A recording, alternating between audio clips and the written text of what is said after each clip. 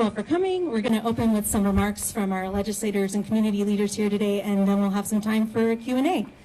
So without further ado, I'll Rep. Bam. Thank you so much. Thank you all so much for being here. My name is Con Pham.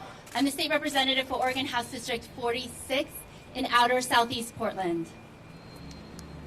Every day, my office receives phone calls and emails about some of the critical issues my constituents are facing, and we're facing across the state. Gun violence in our neighborhoods, fentanyl, taking the lives of our kids, the need for safer streets for our kids to get to school, and our unsheltered Portlanders with no place to go. These are not pretend problems, and we do not need, my constituents do not want pretend committee hearings and no shows in the state Senate. After 5 weekends, 5 weeks of walkouts, and 5 walkouts in the last 5 years, Oregonians have had enough. This Senate shutdown is a subversion of our democracy. Oregon voters elected a pro-choice majority and a pro-choice governor. Voters passed Measure 113 to stop the walkouts and the sabotage of our government. Oregonians voted to codify Roe v. Wade and abortion rights after the Dobbs decision, not for just some of us, but for all of us. And Senate Republicans are showing now, through their obstructionist tactics, that they would rather shut down the basic functioning of our government than let us vote to secure our fundamental reproductive freedoms. It's time to stop this sabotage. Senate Republicans are sabotaging Oregon, holding our rights, freedoms, and our democracy hostage to their unpopular agenda. There is too much at stake to normalize this obstruction of democracy. Democrats will continue to push for progress and show up for work to represent the Oregonians that we have here. Now I'm proud to introduce Sandy Chung, Executive Director of the ACLU of Oregon.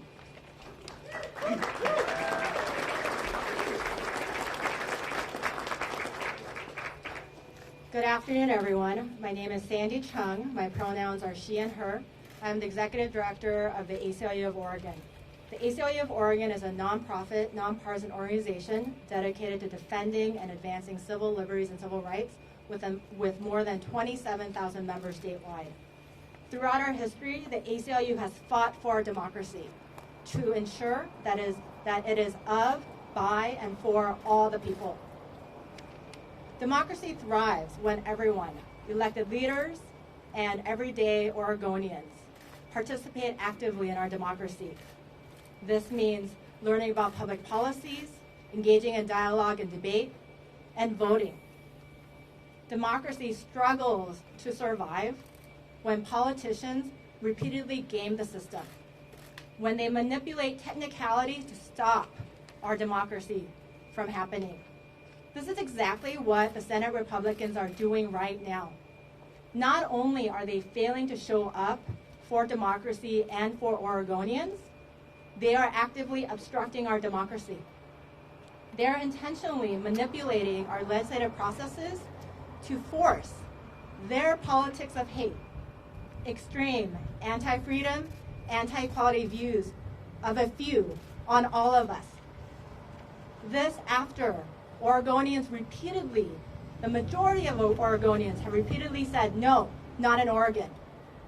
It's important for us to keep saying no, that the politics of hate and extremism are not welcome in Oregon, and our beautiful state that has become a refuge for people and families who are fleeing these politics of division and destruction in other states.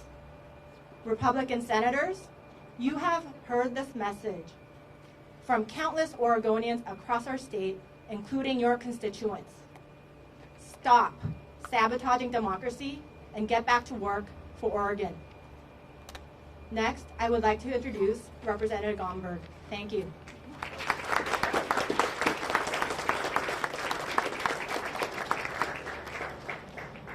Good morning, everyone. I'm David Gomberg from House District 10, representing the rural coast, including Lincoln and portions of Lane and Benton counties. I'm so pleased we began this morning's conversation talking about democracy. Of course, I have always believed that in a democracy, the decisions are made by those who show up. But today in the Oregon State Senate, decisions are being made by those who don't show up. Sadly, the walkout is now in its second month, and it has dire consequences across Oregon. Those consequences impact our schools and our kids, healthcare and behavioral health, housing and homelessness, emergency and wildfire response, climate, and economic development. Now, I've been asked to talk today in a little more detail about economic development in particular, because for the last year, I've been working with a group of Republicans and Democrats to improve opportunities in rural Oregon. Our $70 million rural economic development package in House Bill 3410 will help small farmers, fishermen, outdoor recreation, small businesses, county fairs, and create more housing. It will improve economies, livelihoods, and lives in rural Oregon. The bill will pass the House tomorrow and then go on to the Senate in an uncertain future. I served on the Special Semiconductor Committee.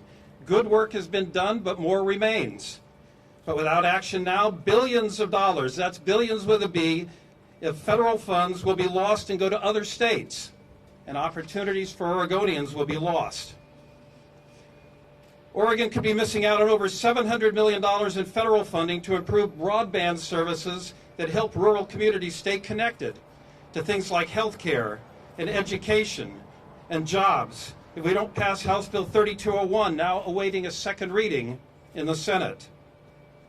House Bill 3382 will help the Southern Coast rebound from economic stagnation and put the Port of Coos Bay back on track to become a vibrant West Coast shipping center. The bill will pass the House tomorrow and then go to the Senate, where again it faces an uncertain future. Now these are bills that impact economic opportunities for all Oregon, and particularly for rural Oregon. But there are also critical at-risk bills that impact individual communities in unique ways. House Bill 3211 facilitates replacement of Oregon's most seismically vulnerable dams in my district. They serve tourism, the fishing industry, and climate research. Without this bill, Oregon could lose $60 million in federal matching funds. And if the dam fails, lives will be lost, and the Central Coast economy will be devastated. I'm here today because rural Oregon can't wait. It's time for the Senate to get back to work. It's time for the Senate to stop arguing with each other and start fighting for Oregon. And now I'd like to turn things over to Jan Kaplan, who is currently the president of the Newport City Council. Thank you.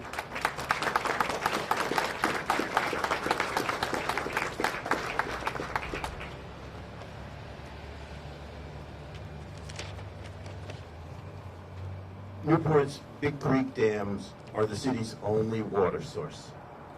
These earthen reservoirs are listed as the most seismically vulnerable in the state. Even a modest earthquake could cause the dams to fail and send water rushing through a neighborhood just downhill. People would die. Flood would breach Highway 101, our principal coastal arterial, on the way to the Pacific. We would lose our water when we would be cut off from assistance in the event of a seismic event. Roads will likely be out. We've worked for years to obtain the money to build new dams, a combination of local, state, and federal funding totaling over $90 million. But we need a small statutory change allowing us to combine the water rights of two old dams into one new one. HB 3211 passed the House unanimously on March 16th, and now it is stalled in the Senate. Without this technical, uncontroversial fix, $60 million in federal funding for our dam may be withdrawn. We have no way to replace that. Without a source of clean water, our fishing industry collapses. The research hub around Hatfield working on climate and ocean chemistry closes. Our tourism and visitor industry fails. Our city fails.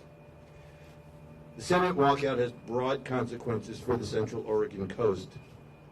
Please return to work and pass the damn bill.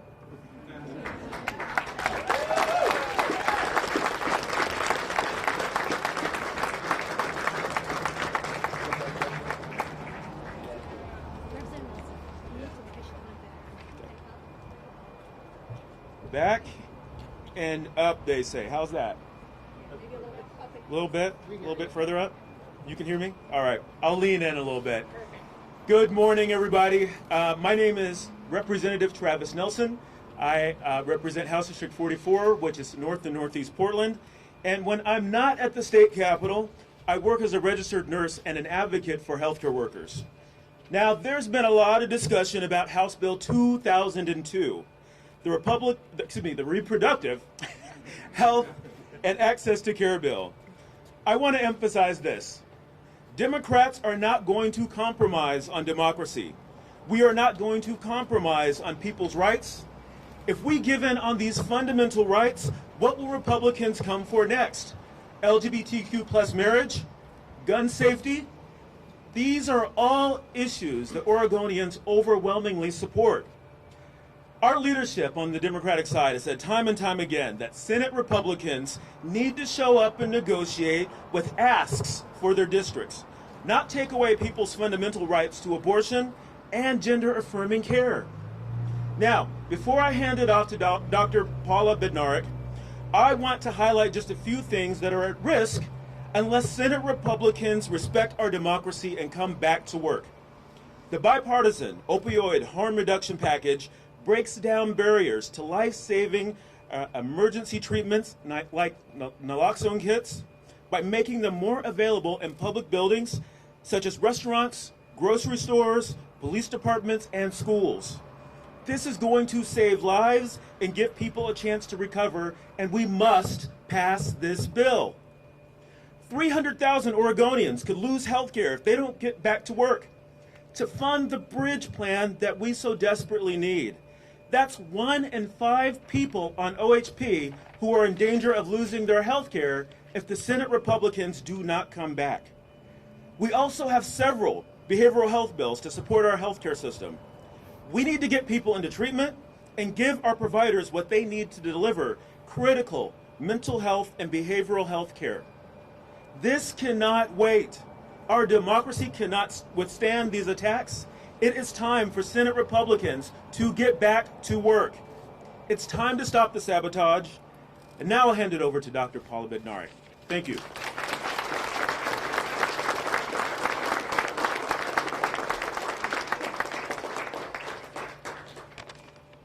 Hi there. My name is Dr. Paula Bednarik, and I serve as the medical director for Planned Parenthood Columbia-Willamette here in Oregon.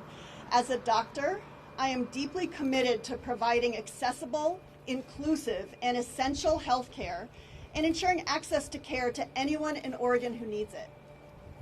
This obstruction staged by Oregon Senate Republicans is immensely troubling. By abandoning their jobs, they have put the health and lives of Oregonians in jeopardy to override standards of medical care and insert themselves into examination rooms. This is particularly alarming as more states continue to outlaw abortion and gender-affirming care. We've seen hateful attacks on healthcare providers, people who can become pregnant, and LGBTQ plus communities. So it's more important than ever that we fight for Oregonians seeking these essential services. What Oregon Republicans want people to think is that this legislation will hurt families and kids. But what they're really doing is blocking legislation that protects the health and lives of Oregonians amidst unprecedented efforts across this country to criminalize healthcare. House Bill 2002 protects doctors, providers, and other medical staff so they can care for their patients, free from fear, and ensures that patients have safe access to abortion and essential health care. Even providers who oppose abortion recognize that medical decisions should be made by patients and their physicians, not state lawmakers. Thank you.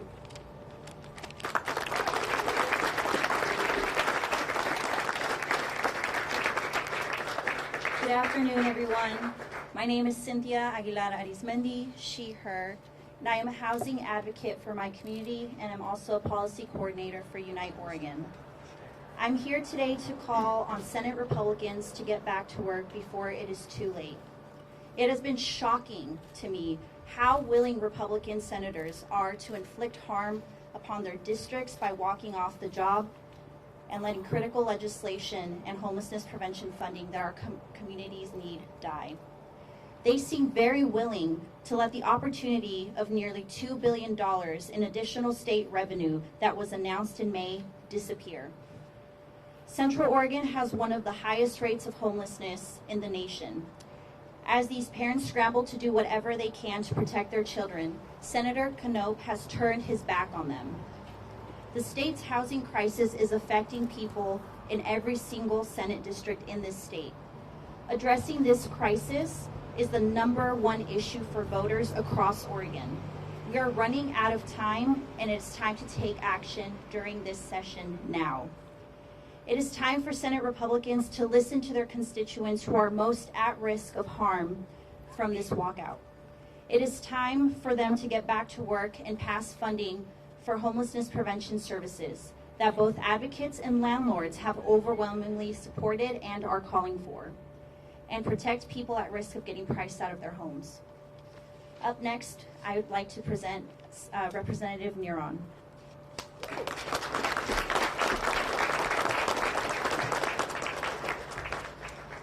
Thank you so much for joining us today. Hi, I'm Courtney Neron. I'm the state representative for House District 26 and the chair of the House Education Committee. From early childhood through higher education, our schools and students need us to respond to serious challenges, including recovery from the pandemic, increasing behavioral health needs, recruitment and retention of a diverse educator workforce, threats to school safety, and more. Oregon schools, and especially our students, need us to take action this legislative session. But Senate Republicans are once again putting critically needed policies and investments at risk with each day that they don't show up for work. As a mother and an educator, it is heartbreaking to think that we could miss this opportunity to stabilize the K-12 state school fund with an investment of $10.2 billion in addition to a $140 million investment in early literacy. Supporting strong schools and improving student outcomes should be enough to make anyone show up for work, just like my colleague, Senator Dembro. Thank you.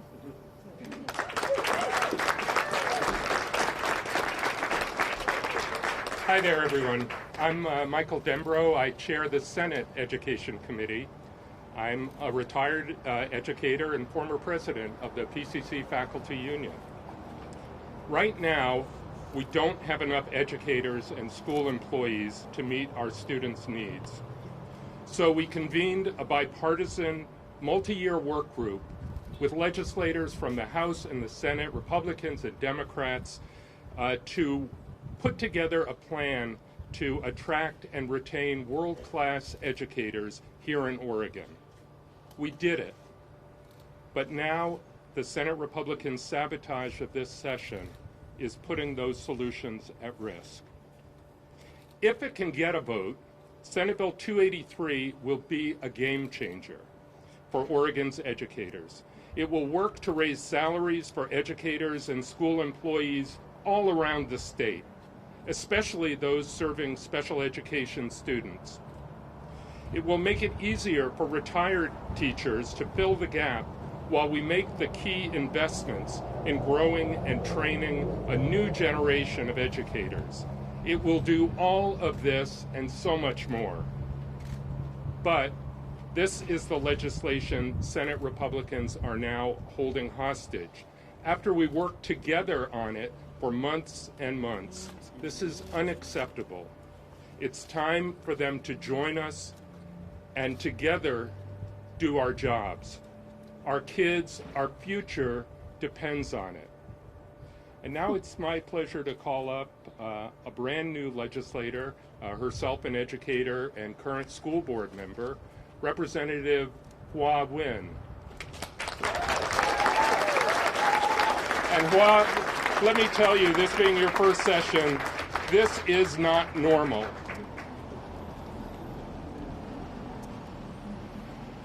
Hello, I am Representative Hua Nguyen, House District 48, which represents parts of East Portland and Damascus. I am an educator, a David Douglas School Board member, and the daughter of Vietnamese refugees. As an educator and school board member, I have been hearing from our schools and teachers the importance of having certainty around their school budgets so they can plan, especially for contracted staff jobs.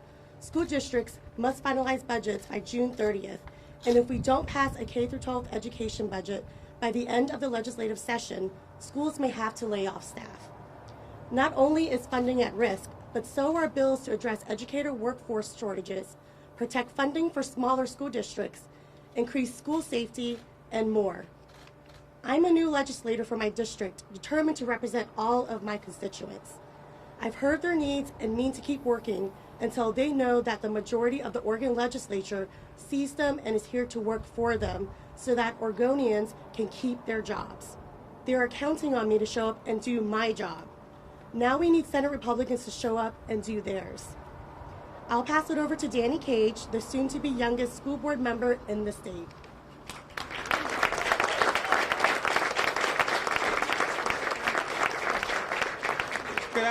Good afternoon. My name is Danny Cage.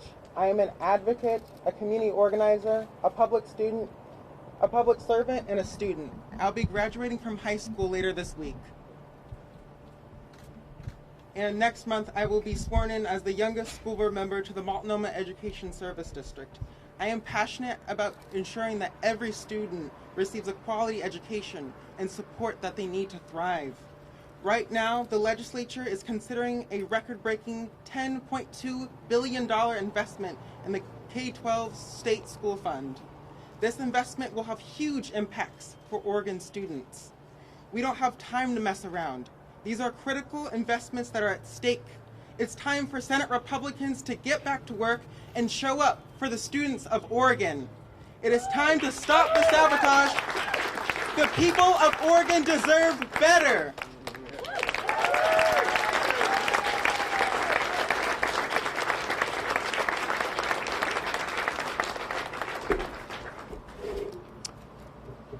Hello, I'm Jeff Golden, and I represent Senate District 3 in the Senate, that's Southern Oregon's Rogue Valley, and chair the Senate Natural Resources Committee.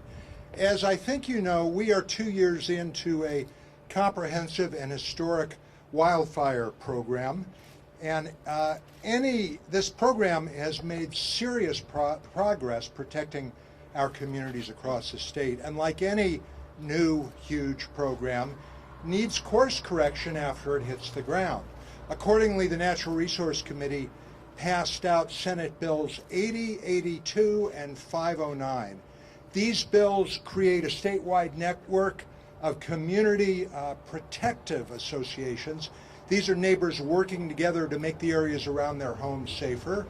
It reworks the wildfire mapping in a way that strongly partners with local officials and citizens, and it helps people through the increasing tangle and challenges of homeowners insurance. If you're following the news out of California, you know how severe that's getting. Like the other bills you've been hearing about, these are teetering on the edge. We are looking at serious damage, as in life and death kind of damage, if we abandon these bills now. If we want a future that is not punctuated by the tragedies of Santa Rosa and Weed and Paradise, California, of Phoenix and Talent, Oregon, of the Santiam and McKenzie River Canyons, if we don't want a series of summers blanketed by toxic smoke over increasing expanses of the state, we have to stay the course. Oregonians in all of these communities are waiting and hoping and needing that we get back to the work of wildfire protection.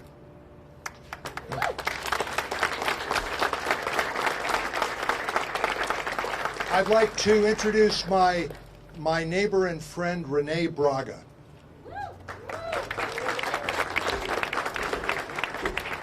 Thank you all. My name is Renee Braga, and I'm a community organizer with United Oregon, a fire victim advocate, and the son of a fire victim.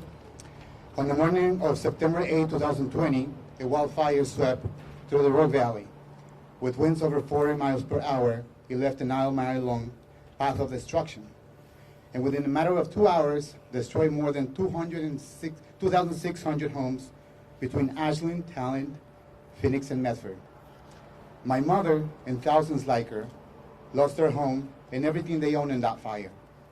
And after 3 years of hardship and too many obstacles, my mother died 2 months ago in my arms. With all the suffering and devastation she had to endure, homelessness, COVID, not enough financial resources, it was probably too much for her. And she fell ill. But I am here to voice her and the voice of the Southern Oregon community. In its majority, the hardworking Latino population is very much still hurting. As the wildfire season nears, we need our brave first responders to have all the resources and the funding to do their jobs. If the Oregon State Fire Marshal Agency is not funded, our communities risk suffering all over again. Bills that will help communities as they continue to recover and rebuild from the 2020 wildfires are at risk.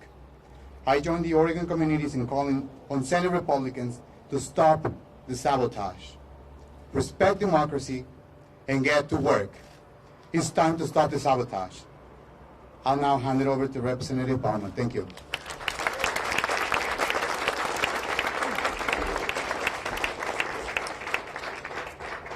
Good morning. My name is Representative Ben Bowman. I represent Tigard, South Beaverton, and Metzger in the state legislature, and I'm a proud member of the LGBTQ caucus. When I was growing up, gay people were not allowed to be married. That fundamental freedom was only extended to our community 9 years ago in this state, thanks to a decision from a federal judge named Michael McShane. I remember crying tears of joy when I read his opinion. The next year, in 2015, the Supreme Court of the United States decided that the right to marry is protected in the U.S. Constitution. However, last year, a sitting Supreme Court justice argued that the court should revisit the case that affirmed the right to marry, just like they revisited the Roe v. Wade decision.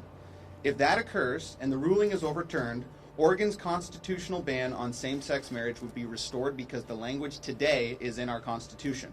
That means I would not be allowed to be married, and gay and lesbian couples across this state could have their marriages voided by the government. Senate Joint Resolution 33 would fix this problem. It gives voters the opportunity to enshrine marriage equality in our Constitution and repeal Oregon's discriminatory ban, and Oregon voters deserve to have that choice. But this bill, along with hundreds of others, are waiting to be voted on in the Senate. SJR 33 cannot wait, and it's time for the Senate Republicans to get back to work. Thank you, and I'll now pass the mic to Blair Stenvik.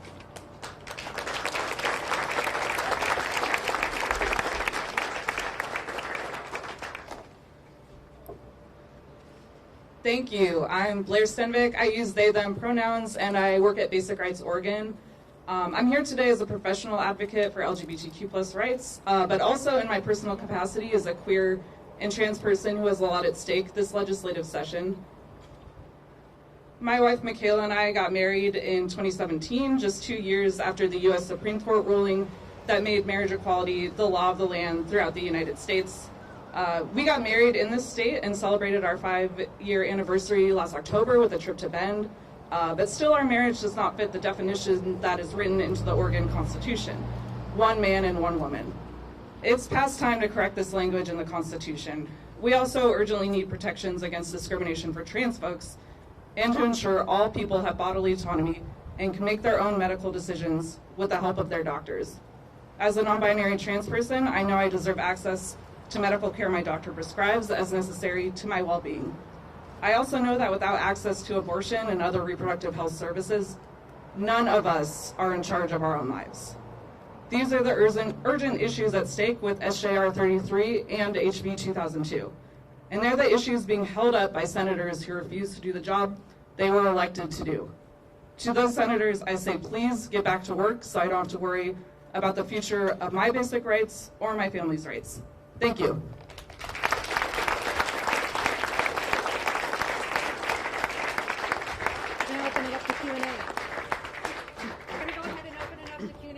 From my left to right, or your right to left. So let's get started over here. Anyone over here have questions? Yes, Dick Hughes.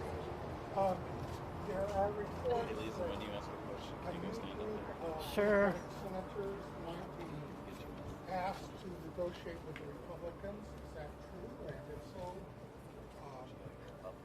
what is the status of those negotiations?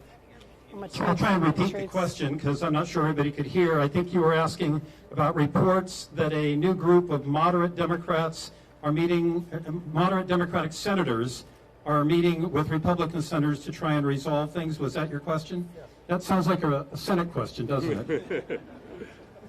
Thank you.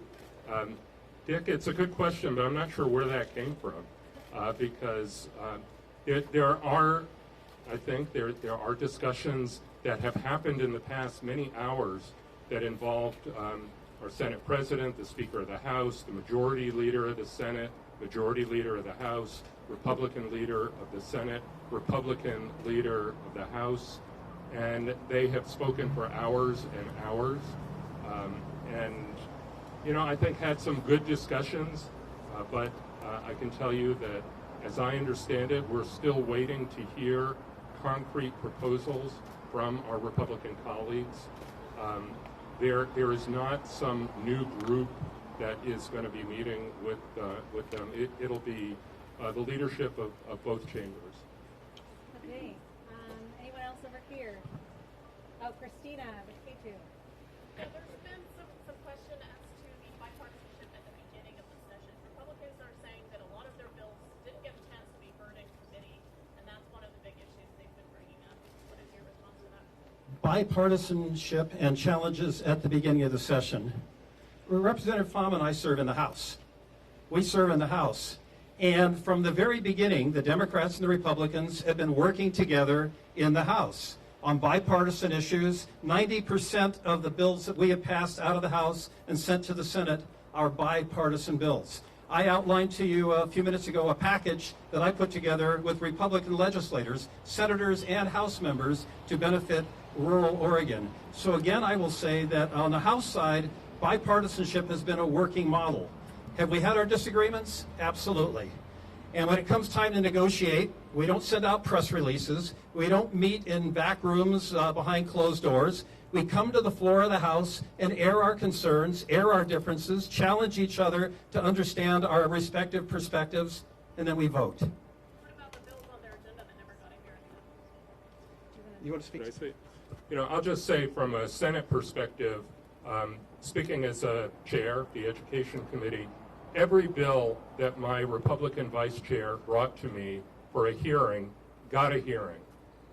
We worked together where necessary to amend it into a form that both of us were comfortable with, as well as the sponsor of the bill. And they all not only got a hearing, but they all got a vote, and they passed out of the committee.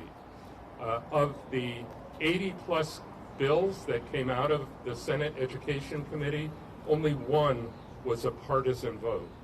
Every other one was bipartisan. That's how this session was operating, and it continued to operate in committee.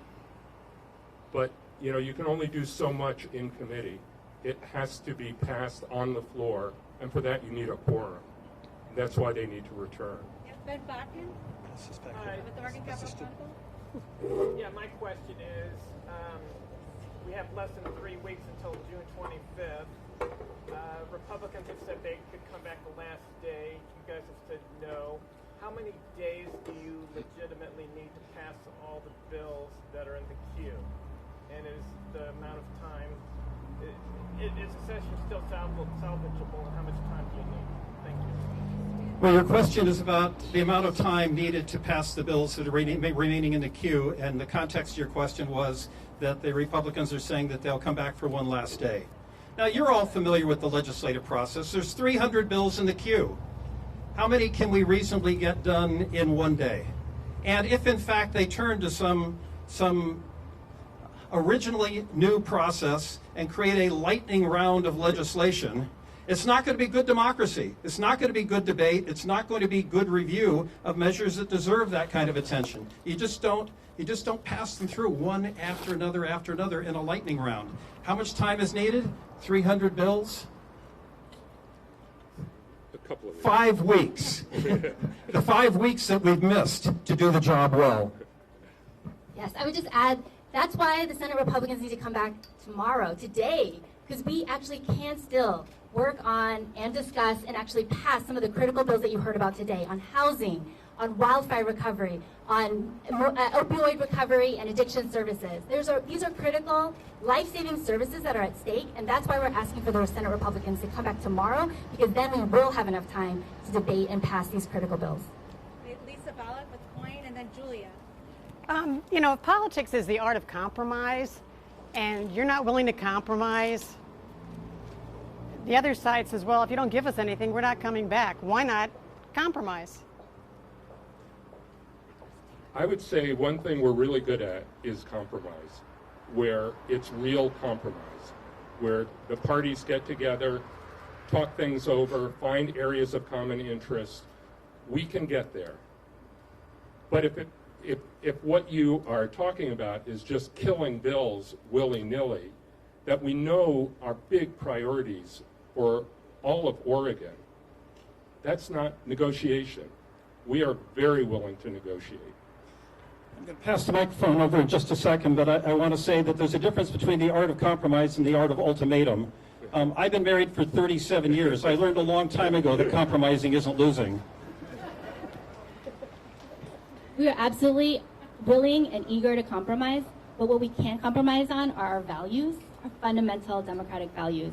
Oregonians voted us in as a majority because they wanted to protect, for one thing, reproductive rights. 72% of Oregonians support abortion access. 61% of rural Oregonians support reproductive rights. And, you know, even if the walkout, I'm not even sure if actually, you know, because they've had such a changing list of demands, I'm not sure what compromises they would actually get them back. But we cannot compromise on fundamental values, and we're not willing to give away fundamental freedoms of reproductive rights in order to, we just can't give away. We can't negotiate our fundamental reproductive freedoms, which Oregonians voted on and voted us into office to protect. But if so much is at stake right now, based on what you just, but if so much is at stake right now that you just laid out, why wouldn't you sit down and look at making changes to 2022 to be able to get all the rest of this?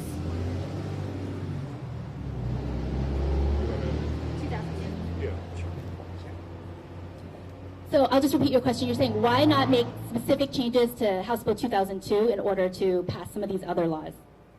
So some of the changes that have been requested, I get, like, for example, parental notification. That is something that, as a mom of a daughter, I understand why people are asking questions. But the truth of the matter is that this is, you know, for victims of child sexual abuse, this is an unfortunate, terrible situation, but we still have to protect their rights. And Oregon Democrats can't give away, are never going to deny reproductive health care for whoever needs it. And we're not going to compromise on protecting victims like that. We are absolutely willing to look at, you know, this HB 2002 is fundamentally about codifying Roe versus Wade. That's what Oregonians are asking us to do. You know, this is not some new law that we're passing. We're just asking, now that the Dobbs decision has passed, how do we make sure that our laws, our Oregon statutes, are aligned with what previous protections we had under Roe v. Wade? That's all we're asking for.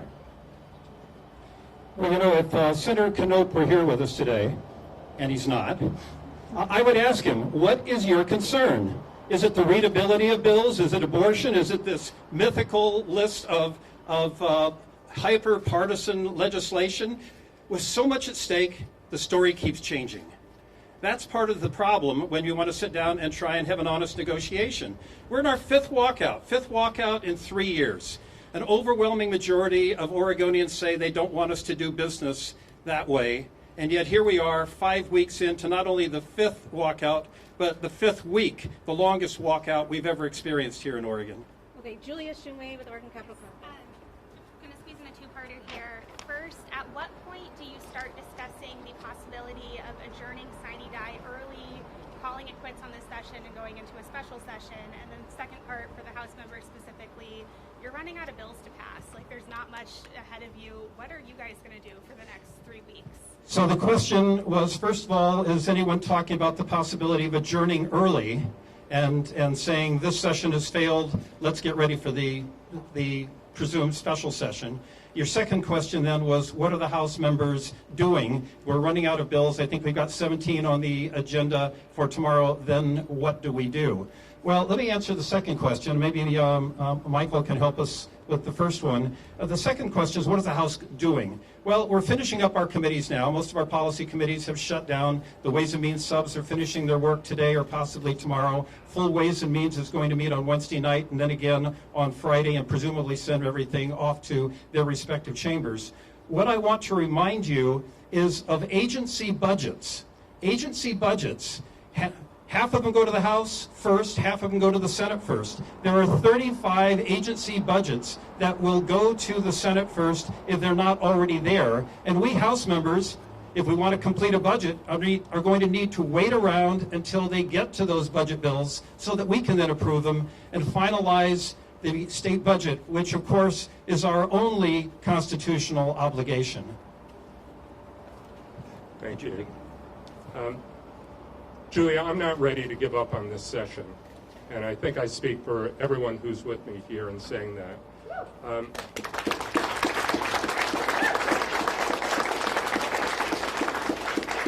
This is very painful for me.